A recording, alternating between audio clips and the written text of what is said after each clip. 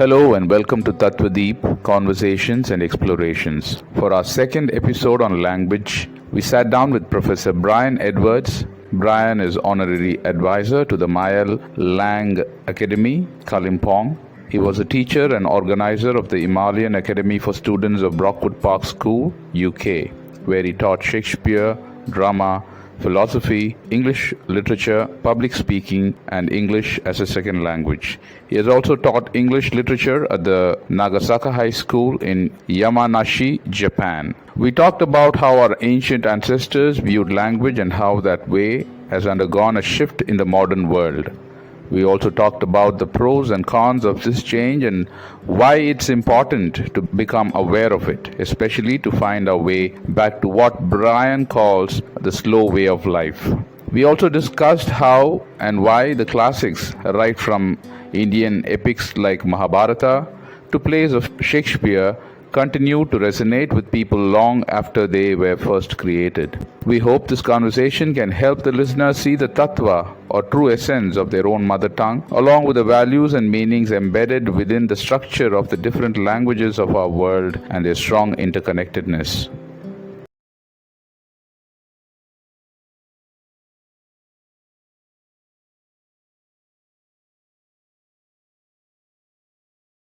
Good morning, Brian. Thank you for taking the time to be on Tattva. Good morning, Jasper. Very glad to be here. Thank you. The first thing that I would like you to talk about is language. We all speak language. We all talk, and that's how we get by. But there are some professions which rely on language more than other professions. I mean, people use language for a living. For example, a profession would be the teaching profession. Teachers have to pass on information to their students. And to do that, they have to be aware of this language tool that they are using. If you look at it, you can figure out that language has first the three things. It can be used to define reality, and language has limitations. So the teacher has to be aware of language's limitations in defining reality. Yes. And thirdly, the teacher should also be aware of the potential of language to kind of shape reality. The reason why I'm asking you this question is you are a teacher and you spend a lot of time teaching and using language seriously every day on a daily basis, Yes. more than other professions. So now, from this vantage point of observation, you can observe language, the fundamental nature of language. So, as a teacher, what are your observations, and what would you say is language, and how do you deal with it? Language, yes. Well, you're right. I've had a lot of experience not only teaching language itself, but teaching different languages. Okay. And teaching different things in different languages. Okay. I have a long history of drama as well, specifically directing Shakespeare and acting in Shakespeare. So that's right. Language has been central to a lot of things I've done in my life. Yeah. In our day and age, we think we have a generalized idea we call communication as the connection between two things. And then we put language as something that rises up between those two things to create a connection, yes? So in other words, our view of the universe is atomic. We see the universe as made up of all sorts of discrete or separate entities, and language is a bridge between those two, right? So then it's helpful for us to understand language as something that facilitates those connections. And we find that, say, if you're a Japanese speaker and you're trying to connect with someone who's a Tamil speaker, you'll find that your language has a particular world that's part of it, and the Tamil speaker will have quite a different world, and therefore their reality will see things and say things that your reality will have no idea about. So, and this is one of the challenges, obviously, of kind of the the whole globe being thought of as one home. You have all these very different realities trying to build bridges between them. So language, therefore, we understand it in this way, and that, of course, is a way in which language then is understood in, for example, language teaching. So if you're teaching people how to speak Tamil, you'll come up with things like that to bridge those two worlds and see where things are similar between Tamil and Japanese, where they're different. And it becomes very interesting. It becomes a sharing of different cultures and so on like that. Right. So let's go to drama, or the specific, my specific experience with Shakespeare, which a lot of my life has been involved with. Now, in that, you're not only dealing with language that comes from either an earlier age or the of an earlier age. And by an age, I mean like will perhaps think and experience the universe, and the universe experiences them in quite different ways to what is normal to us now. So a lot of people see Shakespeare as sort of the dawn of what we call the modern age. Nevertheless, it's a bridge because it carries a whole world from, we could say, of another age with it. Perhaps like in India, the Mahabharata might be a similar sort of thing. It very much still enlightens and defines what it is to be Indian. And yet, at the same time, it's coming from another age. So in performing this and understanding this language, you find that the language of these plays, for example, if we're talking about Shakespeare, has a whole world that it creates out of itself. So you and the actors or the students, you first have to learn how to listen. The listening becomes the most important virtue because another world is trying to come in. Yes. And this will be, of course, back to our language teaching example. There's a similar thing that goes on there. The Tamil person, the Japanese person have to listen deeply to understand what like two Tamil people from Madurai would understand without even saying or speaking, right? Yes. So perhaps one of the principles we could say of language that's both in the communication realm of language teaching and in the dramatic realm is that language is local. It has a certain kind of local reality to it. In India, for example, is perhaps the greatest variety of languages in the whole world. So there's many worlds within India itself because there's so much is concentrated in this particular continent. So going back to Shakespeare, because you're receiving a whole world in the language that, though maybe, and many things in it may be unfamiliar at first. So there needs to be an act of listening where the listening can become quite deep, where you can fully receive the language, then reflect upon the world that it's given you, and then you can begin to understand it. And only when you understand it, in your blood, can you perform it. Otherwise, it comes across as false. Yes. And the wonderful thing about performing Shakespeare is even small children or people whose English is not their first language, the world that it kind of brings forth when you get the whole language of it, you get the key to Shakespeare, both in its simplicity and in its complexity, is that it breathes all this new life into whatever world it enters. And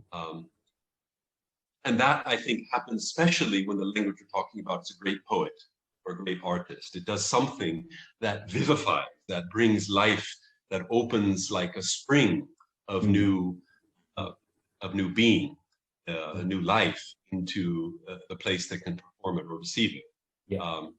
So there's a second kind of relation to language. Now, practically, we don't necessarily have to say that there's just a language that governs all of these things, because practically it's quite different, even if many of the things are the same. And then perhaps there's a third kind of language when we speak of, language in terms of meditation or let's say religious language.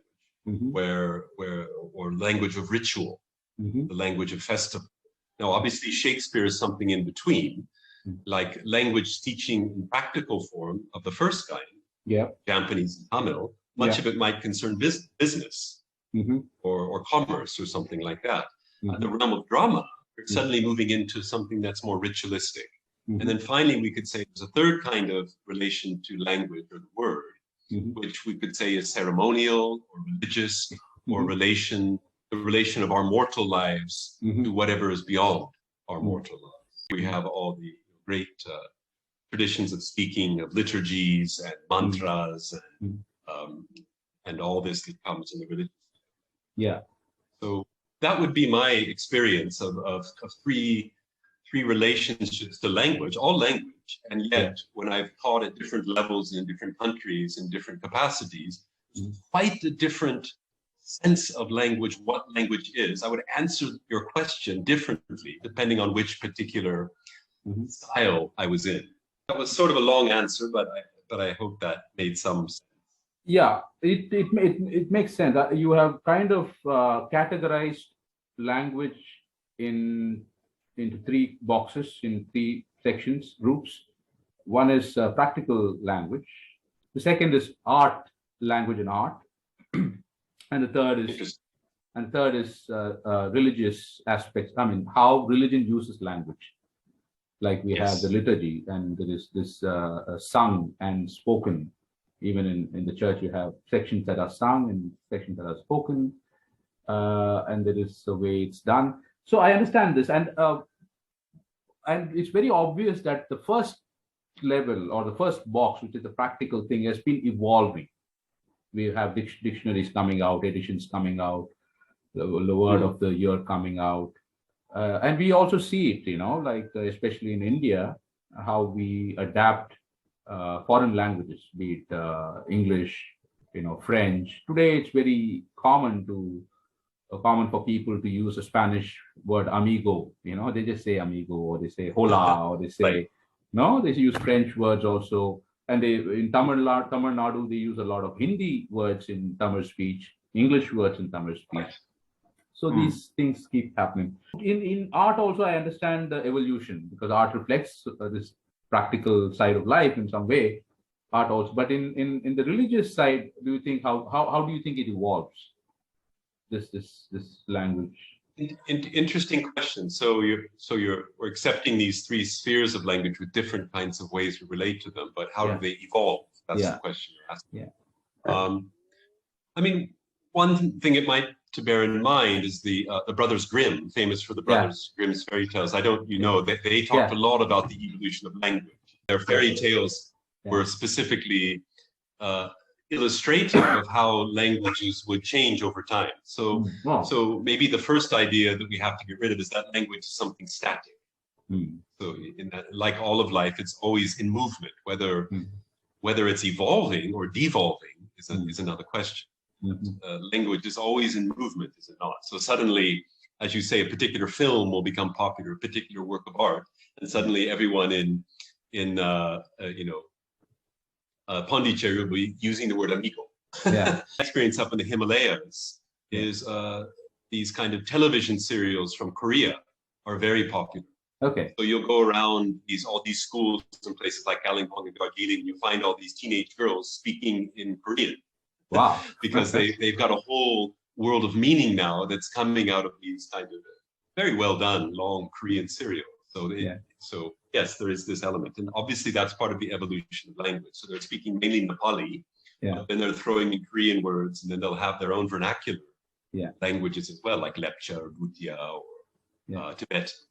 And then when the British Empire was here, it brought the whole world of Europe in through the medium of English. English became a very dominant kind of connecting tongue of what we call India as a single modern country. Though, of course, throughout history, India is often many countries, like Europe is sometimes it's one country. Now there's an EU, so Europe is kind of one thing. But throughout its history, it's many countries. So this is interesting. These questions of how language evolves are obviously tied up with all these different things. Now, when you get to the religious language, particularly, there seems to be a specific kind of preservation. So, for example, all through Tamil Nadu, Sanskrit is something that's preserved in a very specific form with great discipline. Preserve something in some particular form. Now, of course, Sanskrit evolves too, and there's Sanskrit from different eras and so on like that. But perhaps at the time a lot of these great Sanskrit institutions were founded, a certain kind of teaching came in that would make the Sanskrit very strictly in a certain form. And it's preserved almost through robotic memorization of a certain style of Sanskrit. You don't allow amigo to suddenly appear within. They're saying, oh, people are throwing amigo into Sanskrit. What a sacrilege. They'll say it's a sacrilege. They'll say it's a watering down of some kind of particular very noble version of Sanskrit that needs to be preserved for whatever reason, for the culture. Latin was like this of course, in the Latin church, or Greek in the Orthodox church, as the language most of the scriptures are in Greek, so ancient Greek. So yes, so from that side, whatever we were calling the religious, or the sacramental side of the civilization, language has this almost de-evolutionary quality, where it actually tries to preserve some kind of like its high voice. It tries to preserve a noble voice. In Japan, for example, the country I lived in for very long, there's very many levels of polite Japanese which stay absolutely the same. And when you're in that culture, it's very formal. And when you use that language, it's very formal. And the matter of what you're talking about is far less important than the way that you talk about it. The specific language you use, the specific gesture with a specific word, it's preserving something. So maybe we could say that there's a preservative aspect of language. Whereas when you get down to street Japanese in Osaka Fish Market, you'll find amigo and all sorts of things are popping up. People are very loose with the language. The language becomes quite percolating and creative, full of juice, full of it's evolving in different directions. Languages, that vernacular language can like disappear. It can evolve into something else and come back. So like when I grew up in California in the 1970s, and all this rock music of the 1970s was a very powerful influence then, and the culture followed it. And then suddenly I was quite surprised when I was teaching children in Europe in the 2000s that they'd gone completely back to 1970s language, and they were speaking like the world that I grew up in, which had disappeared and then come back again. And all the music they liked, they didn't like any music after the 1970s, but everything from the 1960s to 1970s, Bob Dylan or Rush or Led Zeppelin, all this stuff that I grew up with, suddenly had come back and become a popular music, and they didn't like the music that was currently going on. So perhaps we could say the vernacular culture and its creativity, it goes through cycles, but it also comes back to things that it did before. And yet, when you talk about the Sanskrit temples of, Madurai or something, they're carrying on for centuries and centuries. So the mood of that place preserves a culture in a very long-term form, which is another interesting aspect of it. So, yes. So this question of evolution of language, I don't know if I've answered it well, but it certain aspects, I would say it evolves and it de-evolves. Yeah, I understand. And perhaps we have and obviously the global civilization we have now with its greatly technologized language, technology tends to govern the way language and communication move. That itself has evolved to a certain point. And yet now people are almost crying for local languages again. They're tired of everyone. I mean, if I can just give one example, where I am in the Himalayas, there's been an absolutely radical shift in the culture there in Sikkim since YouTube and high-speed internet has appeared. Overnight, in giving a young, let's say, Sikkimese child a phone, where the parents encourage her to watch YouTube because it makes their English better. She's entering a whole world of Californian YouTube culture, including and whole values and ways of being that are so far from the Sikkimese tradition for hundreds, if not thousands of years, that there's a real gap between the parents and the children. Yeah. And then the children's desire isn't really, they start seeing Sikkim as a prison and they just want to flee. So the whole culture then suddenly becomes non-local. Their whole thing is to get high enough marks in the school that they can get to some big city and then get to some other country where, and then finally maybe they'll get to the home of where YouTube came from and their culture. And their own culture of lamas and Buddhas and all these things feels very foreign and exotic to them, even though it's right down the street. Okay. Or their own grandfather was a lama, who's part of this Gompa or something like that. So a radical shift in language has taken place with this cell phone and with technology, with the whole world as suddenly becoming Californian in its kind of Google or YouTube way. So is that an evolution of language or a devolution of language? Or it's an interesting question, isn't it? Yeah, it's a change, of course. We can see that there is a change. I was just thinking of religious evolution. See, one thing about the Christian religion is it has been very flexible. It's a very flexible religion in a way because it's a colonizer's religion. It had to find its way in the places where it set foot. So that way we have the Bible versions, like you have the King James version, then you have the New International Version, and then this today's English version or whatever. It's absolutely they're open. It's not more, the reverence or the sacramental aspect of it is not anymore kept sacred anymore. Like Genesis chapter 1 verse 1 could be written any which way right now. Like in speech, it's allowed because we have versions of Bible coming, which is much more easier to read. Right. Another thing that I observe is, but if you go to a wedding, Hindu wedding, the instructions given to the bride and groom, the couple, by the priest is done like without, it's like marked. It's like you have a ruler and you mark a line. It doesn't waver. You can go to 10,000 Tamil weddings or Indian weddings. My own wedding. It was very interesting because I've seen it, and then it happened to me. I am there because the instructions are given in like you're supposed to just make the sound that they're saying. You don't know anything what it means because you're not a priest. You're not born in a priestly class. Even Hindus themselves. So the priest comes and thus for that brief moment he makes them makes these sounds, and they go it in a rush. And I always, I'm fascinated by it. But that in the West, or at least in Christianity, it's much more diluted, and there's opening for it to be diluted. Right. The one interesting thing about the one funny thing is the prayers. Like there's many SNL sketches where SNL made fun of people praying. Christians praying. How the African Americans pray, how a white American would pray, and how things happen. Like people start calling God Daddy.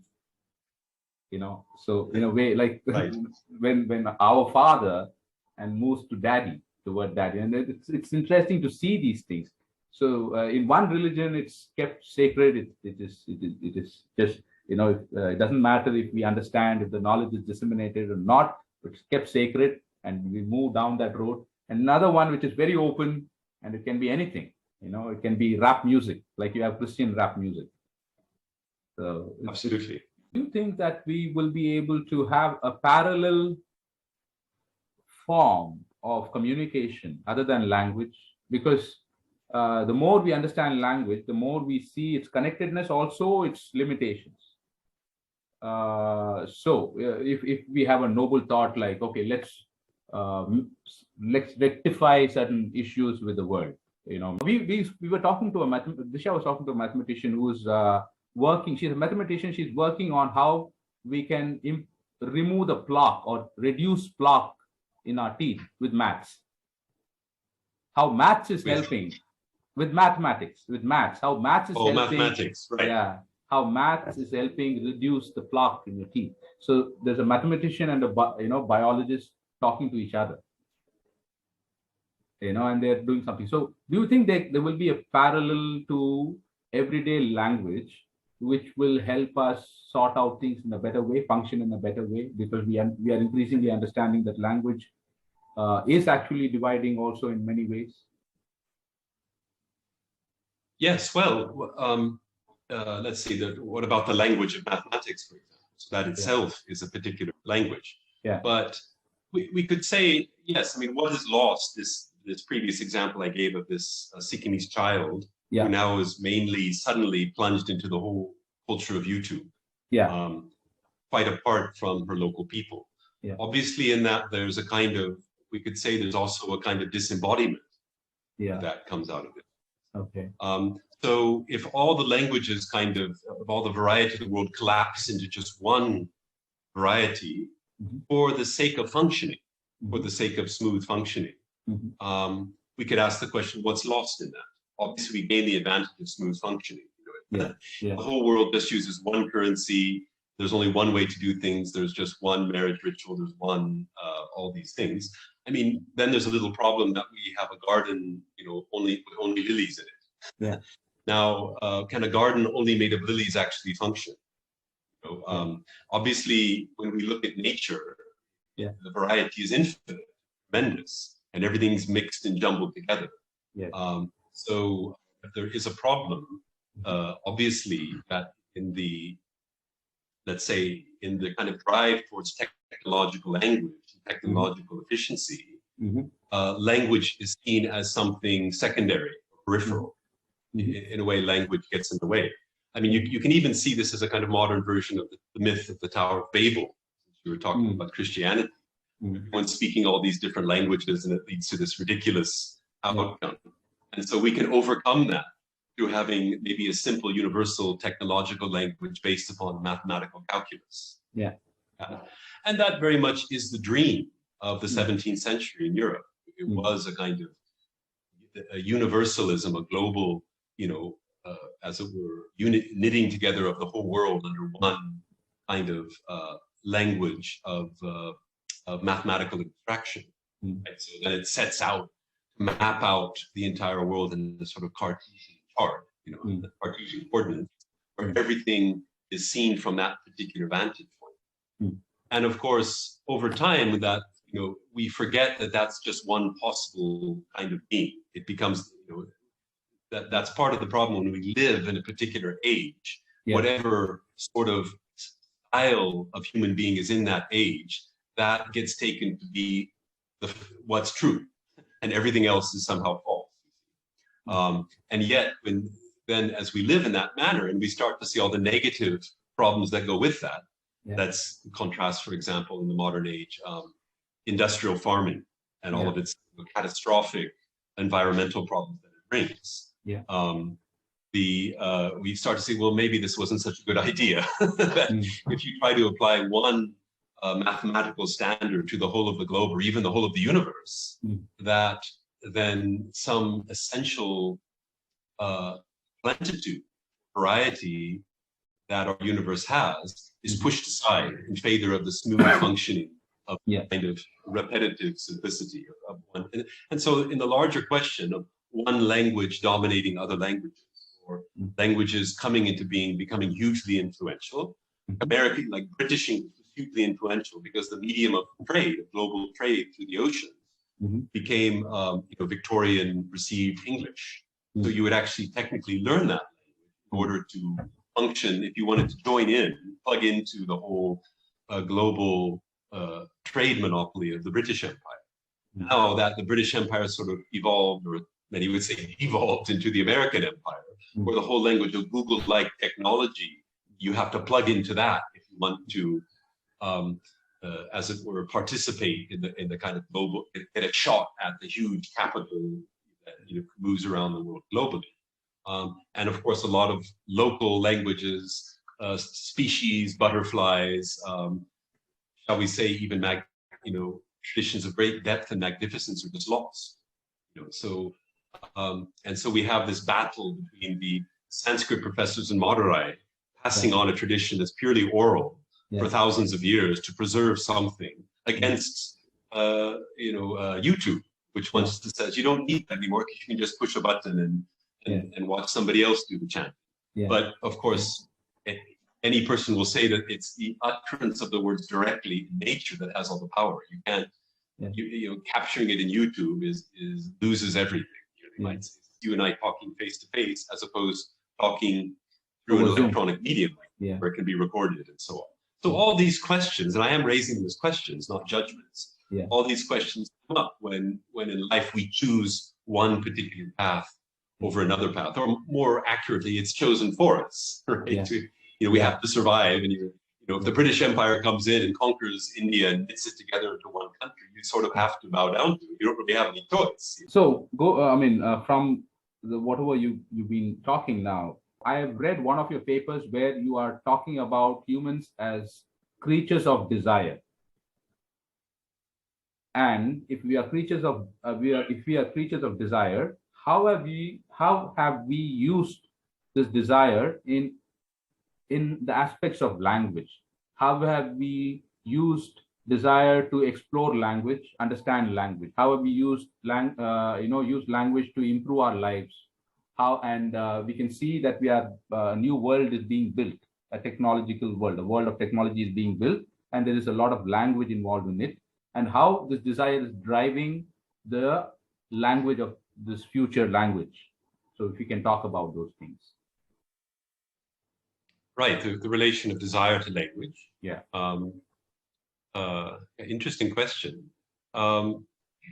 So obviously desire itself is a word. So when we, I think, do a bit of etymology, desire is quite an interesting word because it comes from desiderata. It means a kind of yearning for the stars.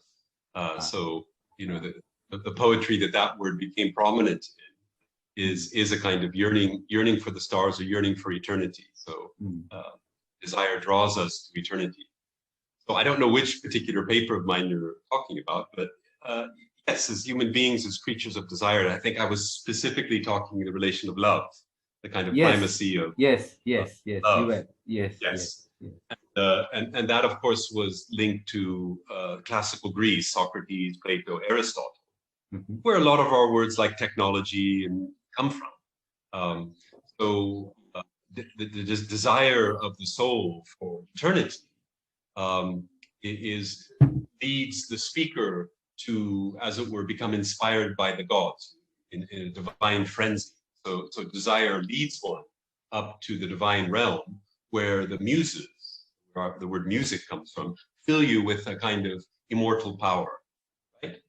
So desire, of course, and language, that's in various dialogues of Plato with Socrates, like Cratylus, they talk a lot about language. That language is said to be one of the gifts of the gods to man, right? So the immortals gifted certain things to the mortals. One of the things they did not give was fire. So that's why Prometheus got in trouble when he loved humans so much he decided to give fire to the mortals. Gods didn't like that too much. But one of the things they did give mortals was language. So to the desire of the heart through love draws the poet or draws the philosopher back into a kind of company of the gods where we go into a frenzy. And then the kind of higher meaning of the universe pours through us and new language is born, right? So the Greek word for making is poetry or poiesis. So the highest making is the making of language. So just bear with me. So language is a kind of lingua, the tongue, comes from a kind of joining with the gods through desire, and the fiery language pours out and creates all the new things. Shakespeare, as usual, has a wonderful speech where he talks about this Greek idea, where he says, if I can quote a little Shakespeare for a moment. Yes, please go ahead. Yeah. To bring this idea. Yes. This is in the Midsummer Night's Dream. Theseus says, poet's eye, in a fine frenzy rolling, doth glance from heaven to earth, from earth to heaven, And as imagination bodies forth the forms of things unknown, the poet's pen turns them to shapes, giving airy nothing a local habitation and a name. So beautiful line from Shakespeare there, where he describes this process of the poet ascending to heaven, where the gods birth new things in words. Then the poet comes back to earth and the words create things. Okay? So for the ancient Greeks, which at least, they are so influential in West Asian civilizations, the poet is not just an expression. He is creating the words. He's creating the materials that the civilization is built out. The shamanic cultures, the shamans also do the inspired talking, the inspired talking. Oh, yes. Yeah, of course. Yeah, the shamanic culture, very similar idea. The shaman goes up to the upper part of the tree, and all the heavenly treasures come down, and he distributes it. Yeah. So, but the idea is, it's not that things are just objects kind of sitting out there waiting to be discovered and understood. This is the kind of 17th century understanding that gave birth to this idea of science, technology. It's rather that the human desire leads us to the gods, the desire being desire for the stars, leads us to the gods. There we commune with the gods or with the immortals. And the immortals give us the seeds of all these new things, which we bring down to the earth. So the earth is actually populated. All the creatures, all the flowers, all these things are actually brought about through poetry, through divine language, right? That's why, like a popular later English poet, Percy Shelley, 19th century poet, he said, poets are the unacknowledged legislators of the world. Wow. It's unacknowledged because the ordinary person doesn't know that all the flowers and things he sees around them were actually created by poetry. They were gifts from the heavens. But that's what the kind of poetic tradition, which the Greeks like Aristotle and Plato and Socrates steeped in this tradition. So they had both an empirical side, which is studying things through experience, and that's the tradition that was reborn in the 17th century as science, European culture. But they also have the poetical tradition, where the primary essence of all education is poetry, because if your desire is hot enough, you'll ascend to heaven, grab the heavenly qualities, which will then kind of, as it were, make the earth more delightful, more happy, more full of diversity and interesting things. So, and I have a feeling if you see the ancient traditions of say India, for example, like as we were talking about earlier, the Sanskrit traditions of Tamil Nadu, you'll find something much more like the Natya Sastra, where it's like that, where these language that you're preserving the very divine utterances which nourish the earth, literally a rain from heaven that nourishes and creates human culture, right? So human culture is not something arbitrary. It comes from interface, if I can use a modern technological word, with a higher power. Wow. So you can link that so John, you were talking about John 1, the Gospel of John, en archehen logos. In the beginning was the Word, and the Word was God, and the Word was with God. The same was in the beginning with God. And then he came down among us and dwelt with us full of grace and truth. So Jesus as the Word, the Christ, pouring the divine plenitude into this realm of earth. This is something I would say is fairly universal amongst pre-modern cultures, that language is not some medium of expression between one subject and another subject over there, or a subject and an object. That's modern philosophy. Language is the entire, as it were, kind of being of the universe that constantly is pouring down from heaven through the mind into nature. That would be the classical, whether shamanic, Indian, Abrahamic, they all have this in common. Part of the problem of living in the modern world is that's been replaced with a kind of language of technology. So, but at the basis of that is this idea that we're all individual, discrete subjects. So one thing we have is this huge respect for the rights of the individual, because we have individuals. Yeah. You'll find in a lot of this world that I was speaking of desire and language, the individual wasn't such an important idea. Certainly not the human rights or something like that. It wouldn't even have made sense to people because the very idea of identity wasn't there. Mm. But suddenly when you have a subject as the most important thing in being, then my personal identity or my language and your language, all of this becomes tremendously important. So this is, I suppose, the way I've answered your question. We can see how language again evolves through time, and the modern, we can understand the modern world through its particular language, through its language of technology. So the word desire now merely means a kind of random sort of urge born in the brain or something like that. I have a section. It's all reduced to biological urges, and then when you finally ask David Attenborough what all this means, he says, well, it's just everything trying to eat everything else. So that becomes, finally when you have this, no, we have to get rid of all these heavens and gods. We're just going to take what we see before us. We have what Aristotle called the empiriki, the empiricists. If they govern the whole of what truth is allowed, then all you're left with is everything trying to eat everything else.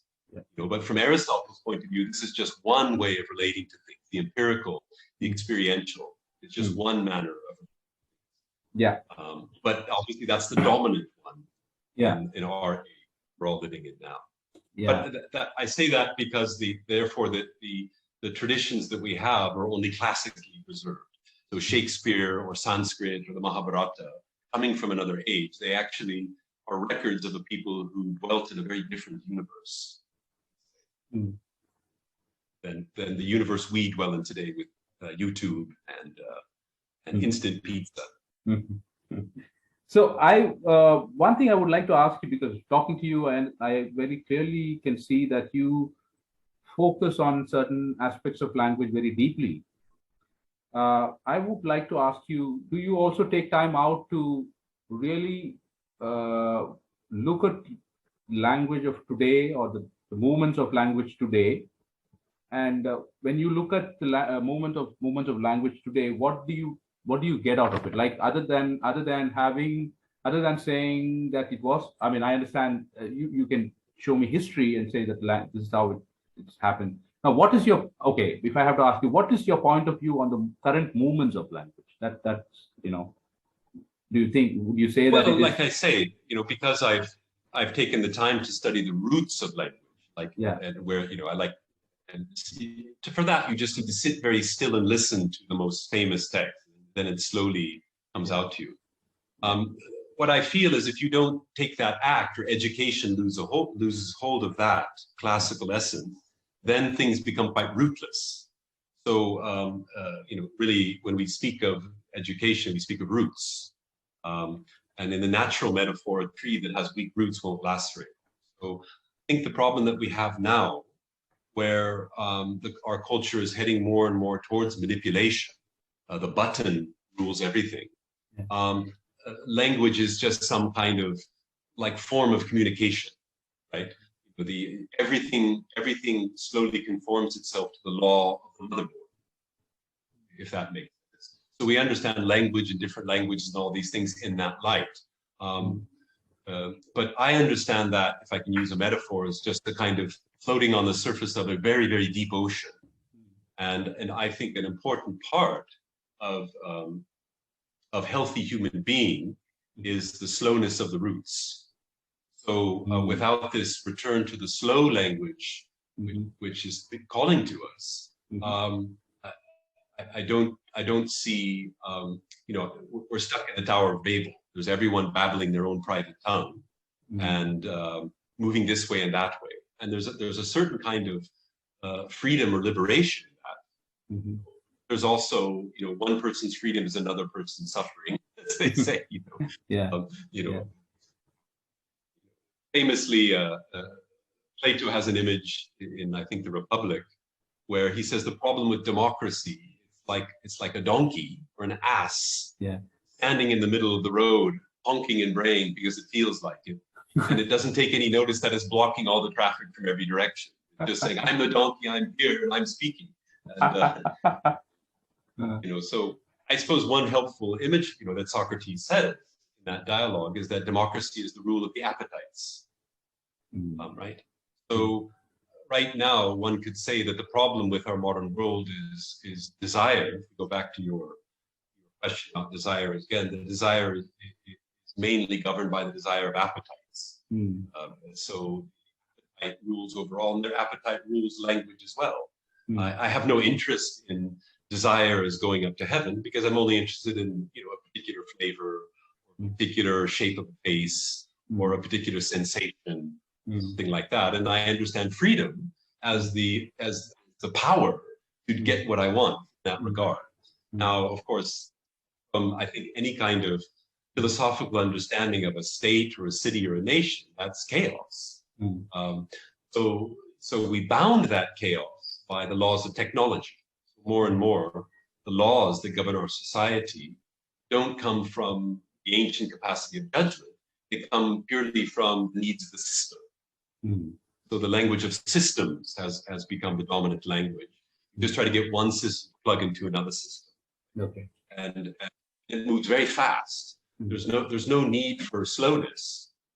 There's no need for holidays, because all of that is seen to, nothing of that helps to establish the system. So we have one world in which everyone wants to satisfy their appetites all the other time, and another world in which they have to work 18-hour days in order to do so. So as we know, these wonderful cell phones, which give us so many appetites so quickly, also allow our boss to make us work 80-hour work weeks, whether remote. We can't get away from the work we have to do in order to enjoy those appetites. So raising the question, what has been lost in our loss of the slow, in our loss of listening, deep listening to language, capacity to understand ancient languages. The Mahabharata is, 60,000 sutras. It's 24 books long. It's absolutely gigantic. I don't have the time to read that anymore. Just give me a little condensed version of the whole thing. What is lost in that when we don't read? People, well, the most famous part is the Bhagavad Gita. I'll just take that chapter and call that a holy book, because I don't have time for the rest. Right? So I've just got one little chapter of a massive story, and and that's all I have time for.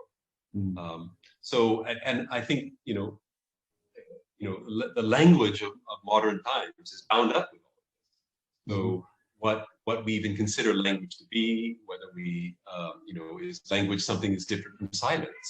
Language merely speaking. Is silent, as we were speaking about before, is silence a kind of language? Ramana Maharshi says silence is unending eloquence. It's not absence, eloquence. So, typically now, silence is when, in the binary understanding of the universe, silence is when there's a zero, and speaking is when there's a one.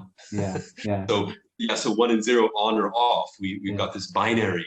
Do you think that language would kind of, when I say language, the bigger, the fountain of language, or the fountain of wisdom, kind of would have accounted for this kind of corruption for a phase, for new things to happen? For example, it's very evident that language can be used to manipulate, like advertising industry. They write headlines, and they can make someone in sell pizza in India. Like we eat dosas. Now pizza is next to dosa, like as famous as dosa. So language can make these things happen. And when humans have understood the potential of language to shape our realities, and out of that comes these things like losing slowness, losing clarity, babbling. Do you think that this is inevitable for something new to come about? Well, in my understanding of how history works, I see, as it were, the kind of decisions, if I can use that word, the decisions that are made upstream in terms of some kind of fundamental reflection on the whole of being, and to shape how everything moves downstream. Right. So if I can I'm using a river metaphor, that there's a certain kind of, and that's why we tend to go back to something called a classic over and over and over. That very much our thought, which is also our language, our way of being, even the shapes of our bodies, is shaped by that. So you can see, for example, if I can go back to Shakespeare, and Shakespeare's writing around 1600, but he was very keen. I mean, that was a huge flowering of culture in all sorts of ways, the Elizabethan Renaissance. And the characters of his plays, in many ways, presage everything we're seeing going on around us now. So that's why you can still perform Shakespeare today, and if you can get people alive to this new language, it resonates hugely with them because it illuminates it on quite a deep level. Like Hamlet, very much a kind of character that we're all familiar with. The nihilism of Hamlet, it's part of this in some way. So the culture in that sense moves over great expanses of time. So maybe it starts up in the Himalayas with a particular way that the Ganges flows, creates a whole landscape further down in which people dwelling that landscape might not have any idea what determined their lives for them, or what determined their language, or why they speak very nasally like Thai people, or where they speak deep in the throat like Americans. All of these things are part of this mysterious evolution of culture that we see in history. So this question of, in that sense, this kind of, maybe even something like we have in the scriptures, like the myth of the Tower of Babel. A lot of people use that, quite resonates when they see this world of massive amounts of information, every way imaginable. And yet there's so much, and it's such an overload, we feel like we can't ever take anything but superficially at all. And our whole mind and being speeds up in order to, take in as much as possible. And you're taught, now children are taught from a very young age of that, because they can just flick the next screen on YouTube till something catches their eye. So they're used to processing a lot of information very quickly. Fast food, fast culture, fast everything. And it almost seems like, life is kind of a breakneck pace, that life is flying along like that. I mean, the question, what is lost in that? Well, obviously the capacity to reckon, the capacity to take the large, broad view, to float up in the sky, like an eagle, and look down upon the whole landscape and see it, from that perspective. That's quite a slow act, to float up with the clouds and just looking. So, perhaps we could say that these sides of our human being wither, they die. We lose these powers, but perhaps we gain powers of processing enormous amounts of a certain kind of information very quickly. If I can just put this directly, nature wants our whole human being to thrive. There is a kind of aim for nature, and I think all the great philosophical and religious texts speak of this harmony, this beauty that human life is meant for, the highest happiness, as Plato would put it. It needs the whole human being to be healthy. So if the kind of fast processing side of our nervous system is all that's being exercised all the time, and the capacity to sit with something very slowly is withering and dying, we're obviously, as I was saying earlier, quite rootless human beings, and therefore there's a great loss of happiness in that. And we try to understand it in the kind of psychological lingo as like stress, or what's the main cause of cancer? Cancer is caused by stress. What's stress? So, well, it's a machine metaphor. Stress is when two parts of the machine aren't oiled enough, and they start rubbing against each other, and it starts cracking and breaking. And if you go back and study this language of these roots, you'll find the 17th century language was a language of mechanics. So if I can go back to, I was quoting a Shakespeare line earlier from the same play, The Midsummer Night's Dream. There is this group of people called the Mechanicals, and they kind of try to imagine that the idea that the universe is a machine, which we can calculate and so on, it's not just a metaphor. It actually is a machine, and therefore they all these absurd things happen.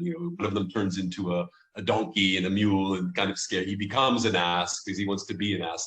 So they don't have any separation between the parts. That's the humor of it. Between the parts that they're playing in the play and the play itself, they become the very things that we're doing. And you can see that Shakespeare saw that as a kind of sort of a decay of the medieval tradition of allegory, kind of tradition of art, where this means that, this everything always means Christ. So this is Christ with that's Christ's beard, this is the resurrection, this is that. So nothing ever means something on its own. It's always representing something else hidden behind it. Mm. So the mechanism of that time, let's say the fathers of science, like Francis Bacon or Isaac Newton or Galileo, they saw the universe as it presented itself, as merely a kind of image of some mechanism that's behind it. The whole energy of their being is to kind of pierce into this mechanism and therefore get mastery over the appearance. Okay? Shakespeare's kind of lightly mocking them as the mechanicals of this play, thinking that, you know, that they can somehow get behind the appearance of the universe and get to the machine that's hidden back there somewhere, get control over it, and become gods themselves, right? So one could say that, you know, if you look at it in that time stream of 400 years, we're still very much in that activity. And that's what dominates our activity. I may want to grow up and be a Brahmin in Madurai chanting these shlokas, which fill me with such a sense of richness. But no, I've got to learn C++, move to Silicon Valley, and sit in a box all day, you know, bug changing programs, because the universe must be a machine. I must be able to push a button and get that done. So somebody who does something to the hand, has tremendously gifted hands at doing all these things, all of that is backward. And forward and developed is only somebody who can use the hand to manipulate a mouse. And the genius of the hand is thrown away as a backward thing that tribals do. And if you can get to Silicon Valley and use the mouse, you know, to debug, you know, a kind of server cluster, then you're developed, you're positive. So that's the, as it were, the, you know, I'm sure Galileo and so on would, you know, would be aghast at this situation, because if you read Galileo, you find for him, the idea that the universe was a machine is merely a metaphor. You know, but for us, it's the 19th century, it's become the governing reality. You know, so when people want to find out what the universe is, they no longer ask a Brahmin, they ask Stephen Hawking, right? Yeah. So that's, I think we have to understand the language of our world is very much bound to what we desire and how we dwell in it. You know, if I can finish with the famous quote, probably the most famous quote on language in 20th century thinking from Martin Heidegger, language is the house of being. Think of language that way, instead of merely as one instance of how one node communicates to another node. The, you know, technological way of understanding it. Yeah, one more thing I would like to talk to you about is if, as we progress, if the things that you desire for language, how language to be and how humans to be does not take place, if we further go down the road of speeding up things and processing things, and suddenly our brains are becoming bigger, and we have integrated machine and us, and this human machine symbiosis is taking place. And for example, even those people who are sitting down and holding the mouse, they are, you know, they are part of humanity, and they are contributing something, because I was just talking to another friend. You were talking about how today one doctor can do the work of 10,000 doctors. But for that to happen, like 100,000 people are sitting and doing mundane jobs and coding things. You know, literally, they're doing so for humanity to progress, building the machine. And they are holding their mouses and their debugging programs so that life becomes rich for us, you know, for someone who's using it. And in this context, I would like to ask you this. So there's not going to be time. People are not going to have time to read Shakespeare. People are not going to have time to read Mahabharata. If that is how we are going to go down, because of the timeless aspects of Mahabharata, timeless aspect of Shakespeare, as a teacher, what would you extract and how would you present it for the future? How would you do it? As a teacher, what is the syllabus method that you're putting together today to address this new human being who is going to process information and live a high-speed life and not lose touch with Shakespeare and Mahabharata?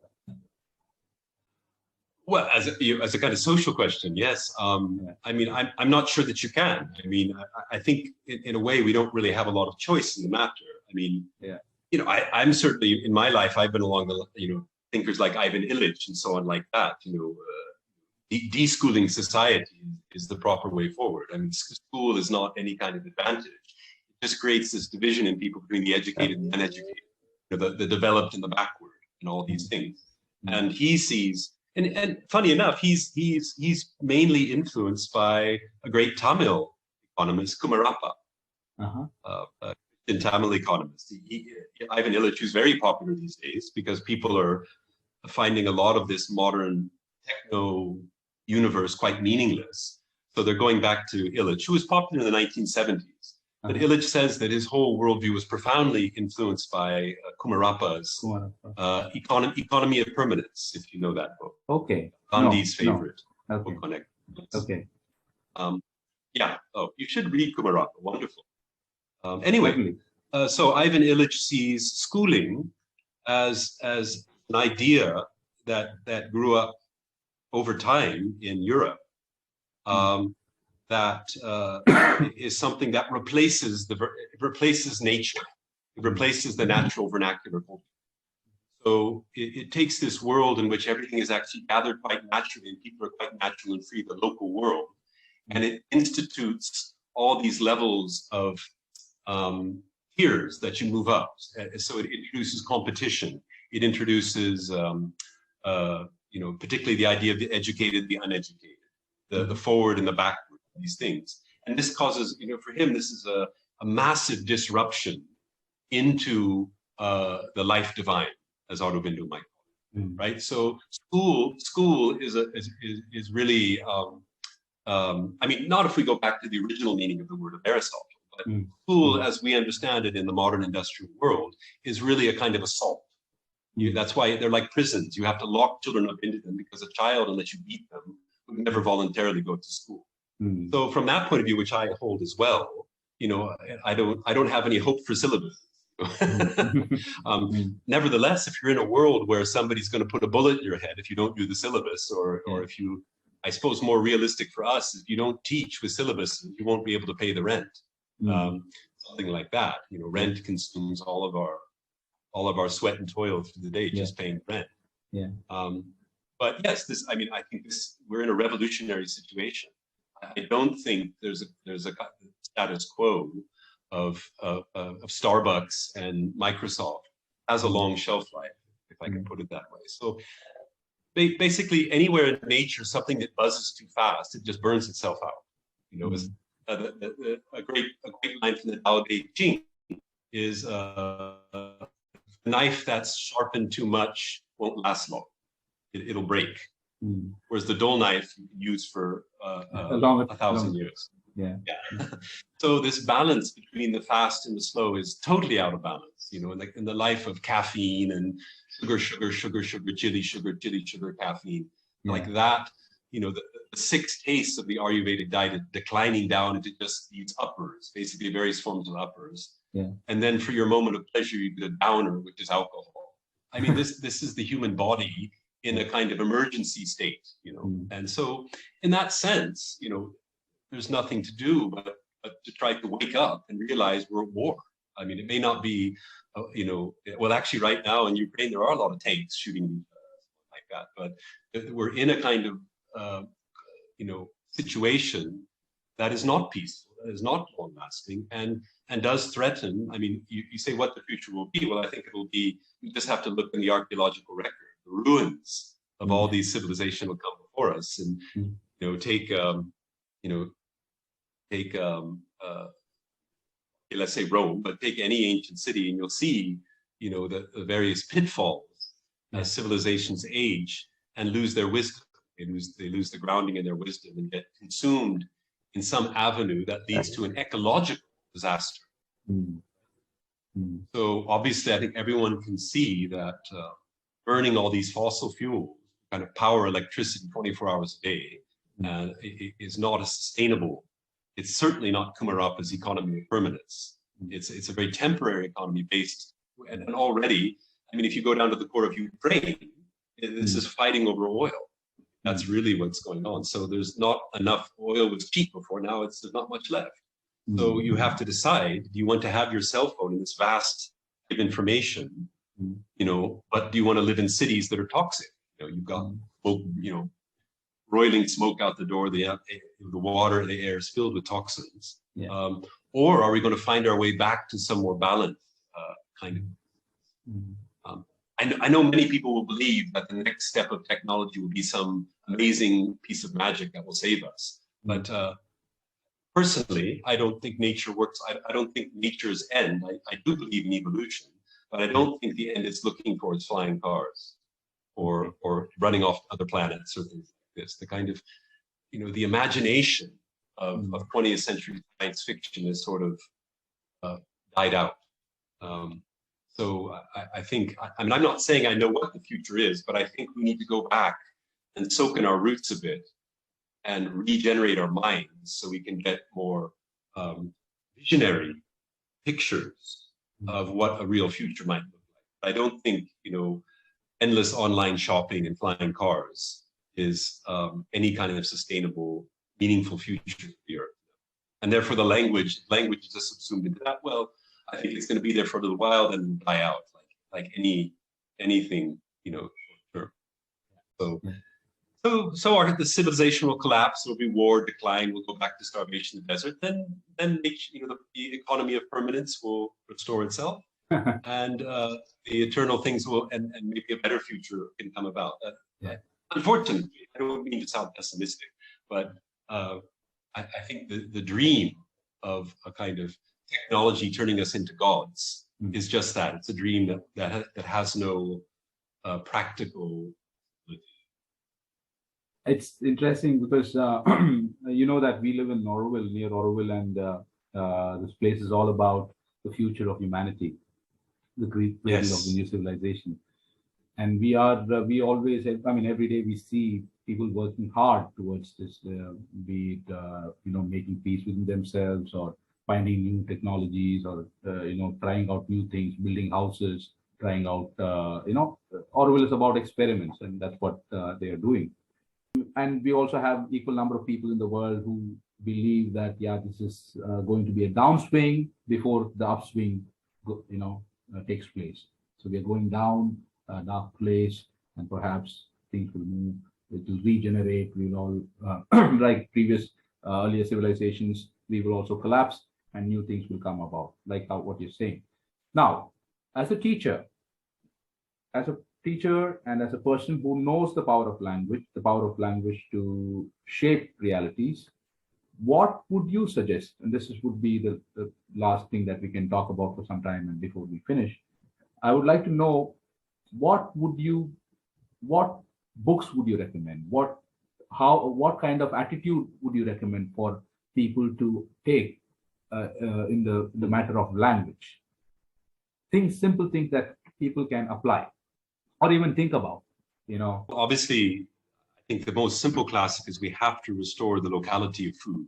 So, a classic would be Fukuoka's One Straw Revolution. That is a very simple manual of how you can totally live a very rich life. Yeah. And you don't need anything from the government or anything at all. Of course, you need land. You have to be able to get the land. But once you've got the land, you can, particularly in India, with its tremendous rainfall and so on, you can rebuild quite a marvelous world from the ground up, and quite effortlessly. So that book helps us remove the idea that farming is toil. Slaves toil, and because most people who farm in our civilization are not farmers; they're slaves. They're called employees, but in fact, they don't really have any choice. They're farmless, landless farm laborers. Landless farm laborers, that's right. And in a way, that's the big problem. One can say is we're all landless. There's always someone above us collecting whatever labor we make. So so obviously there's one simple way. I think otherwise, if you're stuck in a gradually declining city, you're going to be pulled into the rushing river of that. It's quite hard to live long and healthy in like an extremely polluted, smoky city, where you're taking in enormous amounts of unnatural chemicals all the time. So something like, and of course there's many other such, but permaculture is a kind of systematic Western version of Fukuoka's, as it were, do nothing farming philosophy. So the One Straw Revolution, of course, is a great book to know how to create a place where you're not, as it were, being hit and slapped from every direction, because otherwise you won't have the strength to really explore. You won't have the time to look. If you're a slave and the whip's on your back, you don't have much chance to reflect. But of course, what you always have, India has this whole wonderful tradition of the ascetic. So you take like your local hero there, Ramana Maharshi, it's no problem to him whether he's being beaten or anything else, because the mind becomes completely established in Atman. So there's the concerns of what happens in life and in nature. That's just the business of Vishwakarma. But you are not Vishwakarma, you're the self. So all of that you can be serenely detached from. So in India, one can always, be a Muni.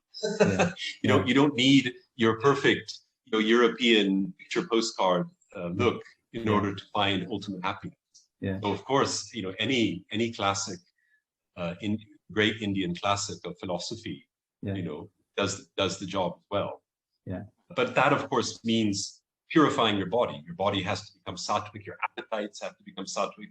It's a challenge. You have to. That's the path of giving up. But if you want to give up in a way where you're doing something and you're helping your neighbor, then like the path of Krishna Mackenzie, and it's a wonderful path. Earth is just sitting there waiting for loving hands to restore it. And it worked. You've seen Auroville. Auroville's quite a, it's taken a desert, it's turned it into this lovely rainforest. I know there's a lot of conflict now in the Auroville community because one half is seeing a technological future and one half is not. So that you can see globally. There's a great conflict discussion. I'm sure a lot of people disagree with me, and I totally understand that maybe wrong. Without the dream of flying cars and Star Trek, they'd rather not be alive. But I'm trying to say, calm down. There's much more, there's a whole wonderful palette of interesting sensations and experiences that have nothing to do with being able to push buttons. But it's well understood that's in our education.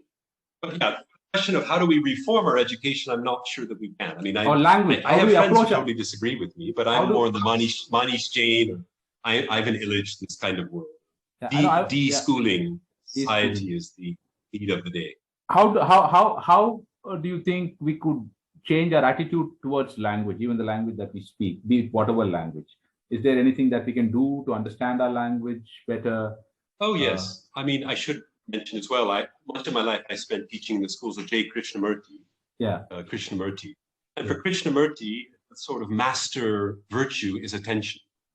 Choiceless awareness is possible.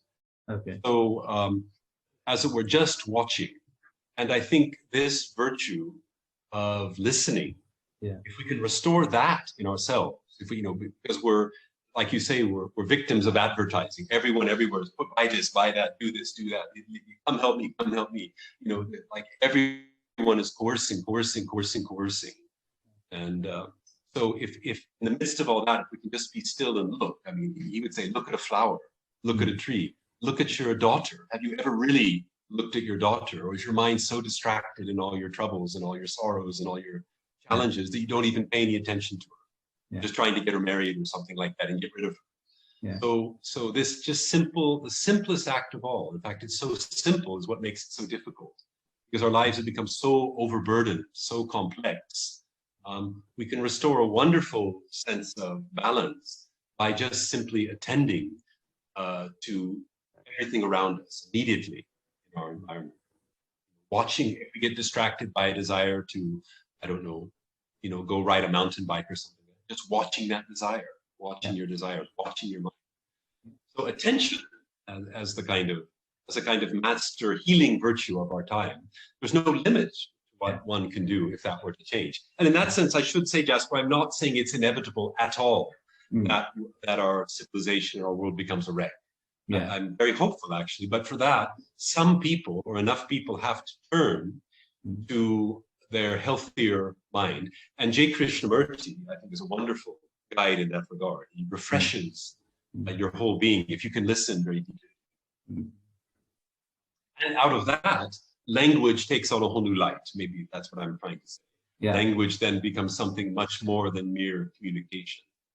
I think we covered some ground today. There's a lot. Maybe we should do a couple of more sittings and to discover this thing with you, Brian. So thanks for taking the time if out. you'd like, I always a pleasure to do anything for Jasper. Thank you. Thank you, Brian. Thank you so much. Thanks for doing this. Ever so pleasant talking to you. Thank you, Brian. My conversation with Professor Brian was a very interesting experience. It showed me the power that desire has over what becomes real for an individual and how that desire expresses itself through language. It showed me that language is more than a tool for communication and might well be a bridge between worlds. As someone who is constantly awed by the magic that is language and the magic that is embedded in language, I hope for all of us to become aware of the beauty, value, and meaning hidden in our own mother tongue and the tongues of our ancestors. We hope this conversation can help the listeners see the tattva or true essence of their own mother tongue, along with the values and meanings embedded within the structures of the different languages of our world and their strong interconnectedness. It will be wonderful to know your thoughts on the interview and if it inspired your worldview in any way. Thanks for being here. I will see you soon with another interesting mind demystifying another interesting topic. Until then, take care.